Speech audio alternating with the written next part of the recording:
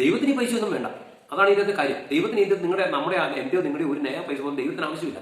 പക്ഷേ നമ്മൾ ചെല്ലുന്ന ഒരു പ്രാർത്ഥനയുണ്ടല്ലോ, സ്വർഗസ്ഥനായ ഞങ്ങളുടെ പിതാവേ, അങ്ങയുടെ നാമം പൂജിതമാകണമേ, അങ്ങയുടെ രാജ്യം വരണമേ, അങ്ങയുടെ തിരുമനസ് സ്വർഗത്തിലെ പോലെ ഭൂമിയിലും ആകണമേ. അതെങ്ങനെയാ അങ്ങയുടെ തിരുമനസ് സ്വർഗത്തിലെ പോലെ ഭൂമിയിലും ആകുന്നത്? ആ തിരുമനസ് അറിയുന്ന ഒരു മകൻ അവിടത്തേക്ക് ഈ ഭൂമിയിൽ ഉണ്ടാകുമ്പോഴാണ്. എന്റെ അയൽവക്കത്ത് ഒരു നേരം അരി വെക്കാനായിട്ട് നിവൃത്തിയില്ല, അല്ലെങ്കിൽ അവർക്ക് മരുന്ന് മേടിക്കാൻ നിവൃത്തിയില്ല എന്നുള്ള അവരുടെ സങ്കടം അവർ ദൈവത്തോട് പറയുമ്പോൾ ആ ദൈവത്തിന്റെ തിരുമനസ് അത് അറിയാനുള്ളൊരു ബന്ധം, എന്റെ ദൈവവും ഞാനുമായിട്ടുള്ളൊരു കമ്മ്യൂണിക്കേഷൻ, ഒരു ബന്ധം ഉണ്ടെങ്കിൽ അവരുടെ അവസ്ഥ എനിക്ക് മനസ്സിലാവും. അപ്പോൾ ഞാൻ എന്ത് ചെയ്യും? എന്റെ പിതാവിന്റെ ഇഷ്ടം ഞാൻ എന്റെ സമ്പത്ത് കൊണ്ട് പരിഹരിക്കും. പറഞ്ഞു മനസ്സിലായോ? കഴിഞ്ഞ വീഡിയോയിൽ എന്റെ ജീവിതത്തിലുണ്ടായ സഹനങ്ങൾ രക്ഷാകരമായി തീർന്നതിന്റെ വിശേഷങ്ങൾ പങ്കുവയ്ക്കുകയുണ്ടായി. ആ കഥയുടെ ഒരു കുറച്ച് ഭാഗവും കൂടെ തുടരുന്നതോടൊപ്പം വലിയൊരു ബോധ്യത്തിലേക്കാണ് ഇന്ന് ഞാൻ നിങ്ങളെ നയിക്കാനായിട്ട് ആഗ്രഹിക്കുന്നത്. അപ്പോൾ സ്കിപ്പ് ചെയ്ത് പോകാതെ വീഡിയോ മുഴുവൻ കാണുക. അപ്പോൾ ഞാൻ ഇന്നലെ പറഞ്ഞ കഥയിൽ എനിക്ക് സ്വന്തമായിട്ട് ഒരു ഓട്ടോറിക്ഷ എടുക്കാനായിട്ടുള്ള സാമ്പത്തികം ആ ഒരു 2.5 വർഷത്തെ എറണാകുളത്തെ ജീവിതത്തിലൂടെ ആ ജോലിയിലൂടെ എനിക്ക് നേടാൻ സാധിച്ചു, സ്വന്തമായിട്ട് നേടാൻ സാധിച്ചു. അങ്ങനെ നാട്ടിൽ വന്നു, ഒരു ഓട്ടോറിക്ഷ എടുത്തു. 4 മാസം ഞങ്ങളുടെ ടൗണിൽ ഓടി.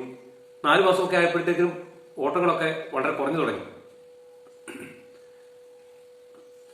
അങ്ങനെ എന്ത് ചെയ്യണമെന്നറിയാതെ ഇരിക്കുമ്പോൾ ഒരു ദിവസം സ്റ്റാൻഡിൽ വണ്ടിയിൽ ഞാൻ ഇരിക്കുമ്പോൾ ഞാൻ ഇങ്ങനെ വിചാരിച്ചു, അന്ന് ഞാൻ താമസിക്കുന്നത് കരിക്കോട്ടക്കരിയിലാണ്. കണ്ണൂർ ജില്ലയിൽ കരിക്കോട്ടക്കരി എന്ന് പറയുന്ന ഒരു ഗ്രാമത്തിലാണ് ഞാൻ താമസിക്കുന്നത്, എന്റെ ജന്മനാട്. ഇന്ന് ഞാനിപ്പോൾ ഈ വീഡിയോ ചെയ്യുമ്പോൾ കല്ലുവയിലാണ്. കരിക്കോട്ടക്കരിയിൽ നിന്ന് സ്ഥലം വിറ്റിട്ട് കല്ലുവയിലേക്ക് വന്നിട്ട് 11 വർഷം കഴിഞ്ഞു. അപ്പോൾ ഈ കരിക്കോട്ടക്കരി ഓട്ടോ സ്റ്റാൻഡിൽ ഓട്ടോറിക്ഷയിൽ ഇരിക്കുമ്പോൾ ഞാൻ വിചാരിച്ചു, അടുത്ത സ്ഥലമാണ്, അടുത്ത ടൗണാണ് എടൂര്. അവിടെ വരെ ഒരു ഓട്ടം കിട്ടുമായിരുന്നെങ്കിൽ അവിടുത്തെ പള്ളിയിൽ പോയിട്ട് ഒന്ന് കുമ്പസാരിക്കായിരുന്നുണ്ട്. അങ്ങനെ വിചാരിച്ചിരിക്കുക എനിക്ക് ദൈവത്തിന്റെ ഇടപെടൽ എന്നോണം എനിക്ക് ഒരു ട്രിപ്പ് എടൂര് വരെ കിട്ടി. അങ്ങനെ ഞാൻ അവിടുന്ന് ആളെ ഇറക്കി വെച്ച നേരെ എടൂര് പള്ളിക്ക് ചെന്നു. അവിടെ ഒരു കൊച്ചച്ഛനുണ്ട്, ഫാദർ ഷിൻഡോ കൂടപ്പാട്ട്. ഒത്തിരി കൃപയുള്ള ഒരു അച്ഛനായിരുന്നു. സത്യത്തിൽ ഞാൻ അച്ഛനെ കുറിച്ച് എനിക്ക് ഒന്നും അറിയില്ലായിരുന്നു. അച്ഛനെ കാണാനല്ല ഞാൻ പോയത്. അവിടെ ഒത്തിരി അതിലേറെ കൃപയുള്ള ഒരു വൈദികൻ അന്നുണ്ടായിരുന്നു. അച്ഛനെ കാണാൻ വേണ്ട പോയത്. പക്ഷെ അവിടെ ചെന്ന് കഴിഞ്ഞപ്പോൾ അച്ഛനെ കാണണമെങ്കിൽ ഒത്തിരി ആൾക്കാർ അവിടെ വെയിറ്റ് ചെയ്യുന്നുണ്ട്. അതുകൊണ്ട് ഉടനെ ഒന്നും നടക്കുകയില്ല. അപ്പൊ എന്നോട് പറഞ്ഞ ആളോട് ഞാൻ പറഞ്ഞു ഒന്ന് കുമ്പസാരിക്കാനാണ് പറഞ്ഞു. അപ്പം അദ്ദേഹം എന്നോട് പറഞ്ഞു, മുകളിലത്തെ റൂമിൽ കൊച്ചച്ഛനുണ്ട്, അച്ഛൻ്റെ അടുത്തൊന്ന് പോയാൽ കുമ്പസാരിക്കാൻ പറ്റും. അങ്ങനെ ഞാൻ അച്ഛൻ്റെ അടുത്ത് ചെന്നു. അച്ഛൻ്റെ അടുത്ത് ഞാൻ കുമ്പസാരിക്കാൻ ചെന്ന എനിക്കുണ്ടായ വലിയൊരു വ്യത്യസ്തമായ, അന്ന് വരെ ഉണ്ടാകാത്ത ഒരു അനുഭവമായിരുന്നു.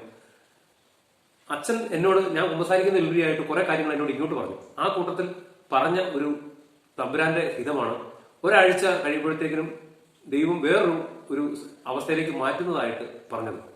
അങ്ങനെ ഞാൻ തിരിച്ച് നാട്ടിൽ വന്നു. ഒരാഴ്ച കഴിഞ്ഞു. അങ്ങനെ വളരെ യാദൃശ്യവശാല് ഒരു മസാല കമ്പനിയുടെ ഏജൻസി എടുക്കുന്നതിനെ കുറിച്ച് എന്റെ അനിയൻ ഞാനുമായിട്ട് എന്നോട് സംസാരിച്ചു. അങ്ങനെ ഞാൻ അതിന്റെ ഏജൻസി എടുത്തു. അങ്ങനെ ആ സപ്ലൈ തുടങ്ങി. പോരാത്തതിന് അതിന്റെ കൂടെ സപ്ലൈ ചെയ്യാനുള്ള കുറെ സാധനങ്ങൾ അനിയൻ തന്നു. അങ്ങനെ ടൗണിലെ ഓട്ടോറിക്ഷ കൊണ്ടുള്ള ഓട്ടം തൽക്കാലം നിർത്തി. പിന്നെ ആ ഓട്ടോറിക്ഷ കൊണ്ട് ഒരു 4 മാസത്തോളം തുടർച്ചയായിട്ട് സാധന സപ്ലൈനായിട്ട് ഓടിയപ്പോഴത്തേക്കിനും ആദ്യത്തെ 90,000 രൂപ ഒരു ഗഡുവായിട്ട് കൊടുത്തുകൊണ്ട് ബാക്കി ലോൺ ഇട്ട് ഒരു ഒമിനിവാൻ എടുത്തു. അങ്ങനെ എന്റെ ബിസിനസ് വിപുലപ്പെട്ടു. ആ ഓട്ടോറിക്ഷ മറ്റൊരാൾക്ക് ഞാൻ വിറ്റു. അങ്ങനെ ബിസിനസ് മുന്നോട്ട് പോയി. കുറച്ച് കഴിഞ്ഞപ്പോൾ ഒരു ടൂ വീലർ എടുത്തു. ഏകദേശം ഒരു 1.5 വർഷം ആ ഒമിനിവാനിൽ പോയപ്പോഴത്തേനും ഈ ഒമിനിവാനിന് ഹൈറ്റ് കുറവായതുകൊണ്ട് അതിന്റെ മെറ്റലിന്റെ ബോഡിയുടെ ചൂട് കൊണ്ട് എന്റെ കണ്ണിന്റെ കാഴ്ച കുറയാൻ തുടങ്ങി. പിന്നെ അങ്ങനെ കണ്ണാടി വെക്കാൻ ആരംഭിച്ചു. അതിനുശേഷം ഞാൻ ആ ഒമിനിവാൻ വീട്ടിലിട്ടിട്ട് ഒരു ടാറ്റയുടെ എയ്സ് എടുത്തു. അത് ബോഡി കെട്ടി. പിന്നെ അതിലായിരുന്നു സപ്ലൈ. അങ്ങനെ എന്ത് പറയണം, ബിസിനസ്സിൽ നല്ല രീതിയിൽ പുരോഗതി പ്രാപിച്ചുകൊണ്ടിരുന്നു. ഞാനിത് പറയുമ്പോൾ ഇന്ന് ഞാൻ ഈ വീഡിയോയിൽ നിങ്ങളോട് പറയാനായിട്ട് ആഗ്രഹിക്കുന്നത് എന്റെ ജീവിതത്തിൽ എന്നെ അത്തരത്തിലൊരു പുരോഗതിയിലേക്ക് നയിക്കാനുണ്ടായ പ്രധാനപ്പെട്ട ഒരു ഘടകമാണ്. ഈ സംഭവത്തിനെല്ലാം കാലങ്ങൾക്ക് മുമ്പ് ഞാൻ കരിസ്മാറ്റിക് കൂട്ടായ്മയുടെ ഭാഗമായിരുന്നപ്പോൾ ഒരു ഏകദിന ധ്യാനത്തിൽ എനിക്ക് കിട്ടിയ ഒരു വലിയ ബോധ്യമായിരുന്നു ദശാംശം കൊടുക്കണമെന്നുള്ളത്. അങ്ങനെ ആ കാലത്തൊക്കെ എന്ന് പറഞ്ഞാൽ അത് ഈ എറണാകുളത്തൊക്കെ പോകുന്നതിനൊക്കെ മുമ്പാണ്. പിന്നെ കൂലിപ്പണിക്ക് പോകും, തൂമ്പാപ്പണിക്കൊക്കെ പോകും. അന്നൊക്കെ കിട്ടുന്ന ഒരു 120 രൂപ കൂലിയാണ്. ആ കൂലിയുടെ ഒരു ദശാംശം 10 വിഹിതം തമ്പുരാന്റെ മഹത്വത്തിനായിട്ട് മാറ്റിവെച്ച് 120 എന്ന് പറയുമ്പോൾ 12 രൂപ മാറ്റിവെച്ച് അങ്ങനെ കുറെ നാൾ മാറ്റി വെക്കുമ്പോൾ ഒരു തുകയാവും. അത് ആർക്കെങ്കിലും പാവപ്പെട്ടവർക്ക് കൊടുക്കും. ഇങ്ങനെ തുടങ്ങിയിരുന്ന ഞാൻ ഈ ബിസിനസ് ഒക്കെ തുടങ്ങിയപ്പോഴത്തേക്കിനും തമ്പുരാൻ എന്നെ ഒരു പുതിയൊരു ബോധ്യത്തിലേക്ക് നയിച്ചു. അത് ഇതായിരുന്നു. അതായത് ഞാൻ ചെയ്യുന്ന ബിസിനസ്സിൽ ഈശോയെ പാർട്ണറാക്കുന്ന ഒരു പരിപാടി, ഈശോയെ ഷെയറുകാരനാക്കുക. ഇത്രയേ ഉള്ളൂ. സാധാരണ നമ്മളൊരു ഒരു ആളെ ഷെയർ കൂട്ടുമ്പോൾ കിട്ടുന്ന ലാഭത്തിന്റെ പപ്പാതി കൊടുക്കണം. പക്ഷേ ഇവിടെ അത് വേണ്ട. കിട്ടുന്ന ലാഭത്തിന്റെ 10 വിഹിതം കൊടുത്താൽ മതി. ഇപ്പൊ 10,000 രൂപ എനിക്ക് ലാഭം കിട്ടിയാൽ 1,000 രൂപ കൊടുത്താൽ 9,000 രൂപ 9,000 രൂപ എനിക്ക് എടുക്കാം. അപ്പം അന്നേരം ഞാൻ അങ്ങനെ ചെയ്യാൻ തുടങ്ങിയപ്പം ഞാൻ വലിയൊരു അത്ഭുതം കാണാൻ തുടങ്ങി. അതായത് എന്റെ അധ്വാനം 10 കുറഞ്ഞു. ഞാനിങ്ങനെ ഒരു ഓഫീസ് ജോലിക്കൊക്കെ പോകുന്ന അതേ ലാഭത്തോട് ഞാൻ പോകും. എനിക്കുള്ളത് വളരെ ഭംഗിയായിട്ട്, അത് മഴക്കാലമാണെങ്കിലും വേനൽക്കാലമാണെങ്കിലും ഏതൊരവസ്ഥയാണെങ്കിലും വലിയ ഏറ്റക്കുറച്ചിലുകളൊന്നും ഇല്ലാതെ ബിസിനസ് വളരെ ഭംഗിയായിട്ട് നടക്കും. അതോടൊപ്പം ഞാൻ ചെന്ന് ഓരോ കടയുടെ തിന്നലൊക്കെ നിന്നിട്ട് സാധനങ്ങൾ ഓർഡർ എടുക്കാൻ വേണ്ടിയിട്ട് ബില്ല് ബുക്കിൽ ഇങ്ങനെ സാധനങ്ങൾ ചോദിക്കുമ്പോൾ പരിശുദ്ധാത്മാവ് എന്നോട് ഇങ്ങനെ പറയാൻ തുടങ്ങി, മോനെ ഇന്ന സാധനം ചോദിക്കും. അപ്പം ഞാൻ ആ സാധനം ഓർത്തിട്ടേ ഉണ്ടാകത്തില്ല. അന്നേരം അത് ചോദിക്കുമ്പോൾ ആ കടക്കാരൻ അത് തീർന്നു പോയി, അത് ഒരു ഡസൻ തന്നെ അല്ലെ 2 ഡസൻ തന്നെ ഇങ്ങനെ പറയാൻ തുടങ്ങി. അതോടൊപ്പം വേറൊരു അത്ഭുതം കാണാൻ തുടങ്ങിയത്, ബില്ല് മൊത്തം 10,000, 4,000 രൂപയുടെയൊക്കെ ബില്ലൊക്കെ എഴുതിയിട്ട് കഴിയുമ്പോൾ എന്നോട് മോനെ ഒന്നും കൂടെ ഒന്ന് ചെക്ക് ചെയ്യുമ്പോൾ ഒരു 100 രൂപയൊക്കെ ആ കണക്കിൽ മിസ്റ്റേക്ക് വന്നതൊക്കെ കാണാം. അങ്ങനെ എന്റെ പ്രിയപ്പെട്ടവരെ, ഞാൻ എന്റെ ജീവിതത്തിൽ അതുപോലെ പോകുന്ന വഴിക്ക് അപകടങ്ങളൊക്കെ ഉണ്ടാകാനുള്ള സാഹചര്യങ്ങളിൽ ദൈവം വളരെ ഭദ്രമായിട്ട് സംരക്ഷിച്ച അനുഭവങ്ങൾ. ഒരു മാസം ഒരു 10,000, 30,000, 40,000, 50,000 രൂപയൊക്കെ വരുമാനം കിട്ടിക്കൊണ്ടിരുന്ന അവസ്ഥയിൽ നിന്ന് 5,000 രൂപ, അത് 10 കൃത്യമായിട്ട് കണക്ക് എഴുതി വെച്ചിട്ട് മാറ്റി വെച്ചിട്ട് അത് അർഹതപ്പെട്ടവർക്ക് കൊടുത്തുകൊണ്ടിരുന്നൊരു സമയം. അപ്പോൾ ശരിക്കും പറഞ്ഞു കഴിഞ്ഞാൽ ഞാൻ എന്റെ സാമ്പത്തിക മേഖലയിൽ അതോടൊപ്പം പിന്നെ ഞാൻ കണ്ടത്, നമുക്ക് അനാപത്തായിട്ട് നഷ്ടപ്പെടാൻ സാധ്യത, അത് രോഗങ്ങളായിട്ടും അതുപോലെ നമ്മൾ എന്തെങ്കിലും സാധനങ്ങളൊക്കെ മേടിക്കാൻ പോകുമ്പോൾ അതിന് കൂടുതലായിട്ട് ചെലവാകാൻ സാധ്യതയുള്ള പൈസയിലും നമുക്ക് ഒരു അങ്ങനെ തന്നെ കുറെ ലാഭം നഷ്ടപ്പെട്ടു പോകാൻ സാധ്യത, അല്ലെങ്കിൽ അമിതമായിട്ട് ഈ ചെലവാക്കേണ്ടതായിട്ട് വരുന്ന പൈസയൊക്കെ അത് അത്ര ചെലവാക്കാതെ, അല്ലെങ്കിൽ രോഗങ്ങൾ വന്നു കഴിഞ്ഞാൽ രോഗങ്ങൾ വരാനിടവരാതെ ഒക്കെ ആയിട്ട് നമുക്ക് ഉള്ള പൈസ സേവ് ചെയ്യാൻ പറ്റുന്ന ഒരു അനുഭവം. അപ്പൊ ഞാൻ ഇന്ന് ഈ വീഡിയോയിലൂടെ നിങ്ങളോട് പറയാനായിട്ട് ആഗ്രഹിക്കുന്ന ഒരു കാര്യമാണ്. നിങ്ങൾ ഒരുപക്ഷെ ഒരു ജോലി ചെയ്യുന്ന ഒരു വ്യക്തിയായിരിക്കാം, അല്ലെങ്കിൽ ഒരു കട നടത്തുന്ന ഒരാളായിരിക്കാം, ഒരു ബിസിനസ്സുകാരനായിരിക്കാം, എന്തു ആയിക്കോട്ടെ, നിങ്ങൾക്ക് ഇങ്ങനെ ഒന്ന് ചെയ്ത് നോക്കാമോ? നിങ്ങളുടെ ജീവിതത്തിൽ നിങ്ങൾ ചെയ്യുന്ന ആ പ്രവൃത്തിയിൽ നിങ്ങൾ ഈശോയെ ഒരു പങ്കാളിയാക്കുക.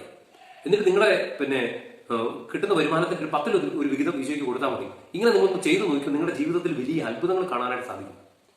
ഓക്കെ, അപ്പം ഒന്ന് പരീക്ഷിച്ച് നോക്കും. ഒരു പ്രാവശ്യം ഈശോയും വചനത്തോടെ അതാ പറയുന്നത്, നിങ്ങൾ എന്നെ ഒന്ന് പരീക്ഷിച്ചറിയും. നിങ്ങൾ എന്നെ ഒന്ന് പരീക്ഷിച്ചറിയാനായിട്ട് ഈശോ പറയുന്നത്. അപ്പോൾ ഇന്ന് സത്യം പറഞ്ഞു കഴിഞ്ഞാൽ അനേകർക്ക് എന്നാ പറയുക, സാമ്പത്തിക മേഖല പുരോഗതി പ്രാപിക്കാത്തതിന്റെ ഒരു കാരണം എന്ന് പറഞ്ഞാൽ നമ്മൾ മറ്റുള്ളവർക്ക് അർഹതപ്പെട്ടവർക്ക് കൊടുക്കാതിരിക്കുന്നു എന്നുള്ളതാണ്. രണ്ടാമത് ഇതുപോലെ എത്ര കിട്ടിയാലും അത് എനിക്ക് വേണം എന്നുള്ള ആ ഒരു മൈൻഡാണ്. അതിലുപരിയായിട്ട് ദൈവമഹത്വത്തിനായിട്ട് ദൈവത്തെ കൂട്ടുചേർത്തുകൊണ്ട് ദൈവത്തിനായിട്ട് അതിനൊരു 10 വീതം കൊടുക്കുമ്പോൾ ദൈവത്തിന് പൈസ ഒന്നും വേണ്ട. അതാണ് ഇതിന്റെ കാര്യം. ദൈവത്തിന് ഇത് നമ്മുടെ എന്റെയോ നിങ്ങളുടെ ഒരു നയ പൈസ പോലും ദൈവത്തിന് ആവശ്യമില്ല.